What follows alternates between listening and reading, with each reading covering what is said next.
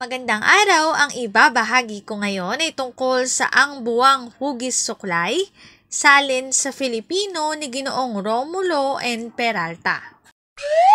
Magbasa, makinig, matuto at magsaya. Ako si Binibining Menya. Handa na ba kayo? Tara na, umpisa na nating isa-isahin at pirapirasuhin ang mga detalyeng nakapaloob dito. Ang buwang hugis suklay, salin ni Ginoong Romulo N. Peralta. Noong unang panahon, may isang mangingisda na nagpaalam sa kanyang asawa na lumuwas sa kabayanan upang mamili ng mga gamit sa pangingisda. Nagpabili ang kanyang asawa ng candy para sa kanyang anak na lalaki at isang suklay na hugis buwan. Sinabi ng kanyang asawa na upang hindi niya makalimutan, tumingala lamang siya sa kalangitan at makikita niya ang buwang hugis suklay. Sa araw na iyon, ang buwan ay talaga namang magsisimula ng maging hugis suklay. Nagsimulang humayo ang mangingisda at matapos ang maraming araw at gabi ng paglalakbay, narating niya ang kabayanan. Agad-agad niyang binili ang mga kagamitan sa pangingisda at ang candy para sa anak. Ngunit sa kasamaang palad, nakalimutan niya ang ipinagbili ng asawa na dapat bilhin. Naghalughog siya sa buong tindahan upang maalala lamang niya ang ipinabili ng asawa. Napansin ito ng tagapangalaga ng tindahan. "Maaari ko po ba kayong tulungan?" tanong ng tagapangalaga sa mangingisda. "Hinahanap ko ang ipinabibili ng aking mahal na asawa," tugon naman niya. "Pampapula ho ba ng labi?" "Hindi." "Pitaka?" "Hindi rin." "Unan?" "Unan? Naalala ko na." Sinabi niyang tumingala ako sa buwan. Sayang tugon ng mangingisda.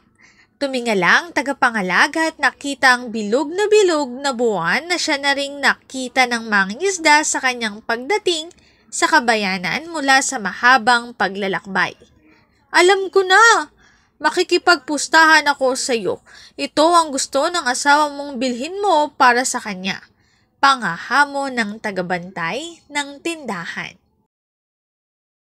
Agad-agad na inilagay ng tagapagbantay ang bilog na bagay sa isang supot. Binayaran ito ng mangingisda at lumisan. Sa kanyang pagdating, nadatnan niyang nag-aabang niyang asawa, anak, ang kanyang ina at ama. "Muha ka ng candy," ang sabi niya sa kanyang anak. "Natatandaan mo pa ba kung anong ipinabili ko sa iyo?" ang tanong ng kanyang asawa.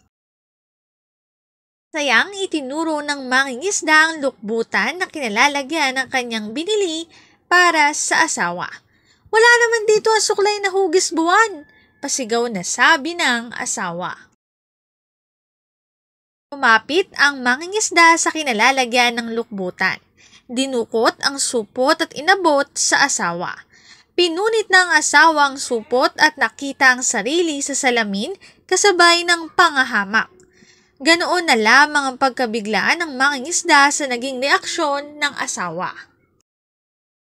"Lolo, tignan ninyo, kinuha niya ang aking candy at kinakain pa," pagalit na sabi ng bata.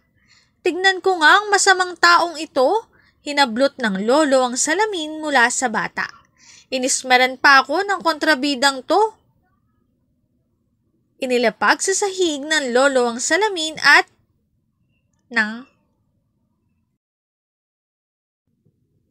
sigaw ng lolo.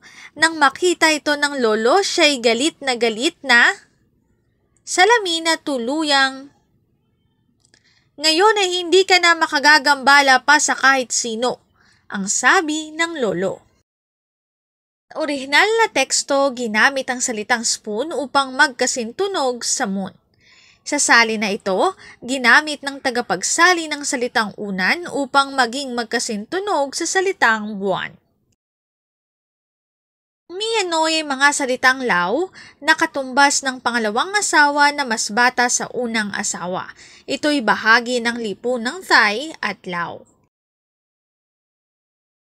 Ang link na ito ang aking source sa mga written information na makikita nyo sa bawat slides. Kung interesado kayo na magbasa pa, maaari nyong bisitahin ang website na ito. Ang buwang hugis suklay, sali ni Ginoong Romulo and Peralta. Dito na nagtatapos ang aking pagbabahagi. Sana ay marami kayong natutuhan. Muli, magbasa, makinig, matuto at magsaya. Ako si Binibining Menya. Paalam!